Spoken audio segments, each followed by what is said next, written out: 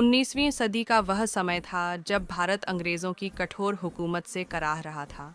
देश के बड़े शहरों में तो विद्रोह और असंतोष की लहरें उठती ही रहती थीं, लेकिन जंगलों और पहाड़ियों के बीच रहने वाली जनजातियों पर भी अत्याचार किसी से कम न थे।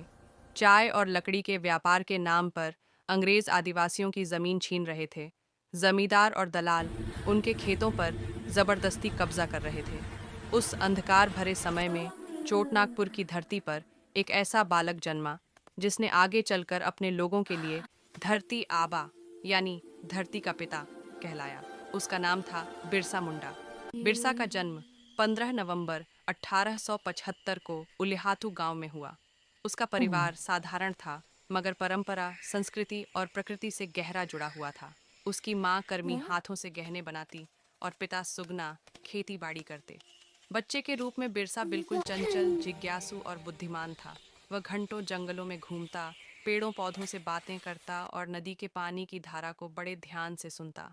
उसकी दादी अक्सर उसे कहती, धरती हमारी माँ है बेटा, इसे बचाना हमारा धर्म है।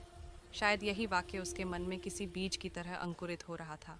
बिरसा स्कूल गया तो उसने पढ़ाई में भी जबरदस्त योग्यता दिखाई। मिशनरी स्कूल में पढ़ते हुए वह अंग्रेजी, हिंदी और मुंडारी तीनों भाषाओं में निपुण होने लगा।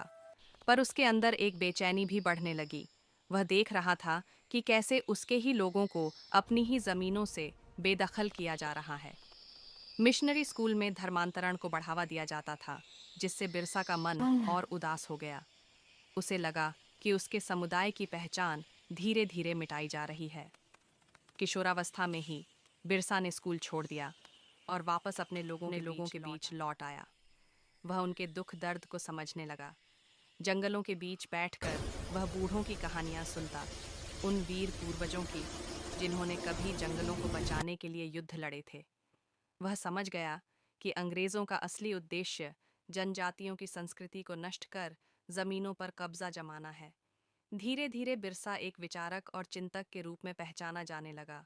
वह हर सभा में लोगों को जागरूक करता, उन्हें एकता का संदेश देता।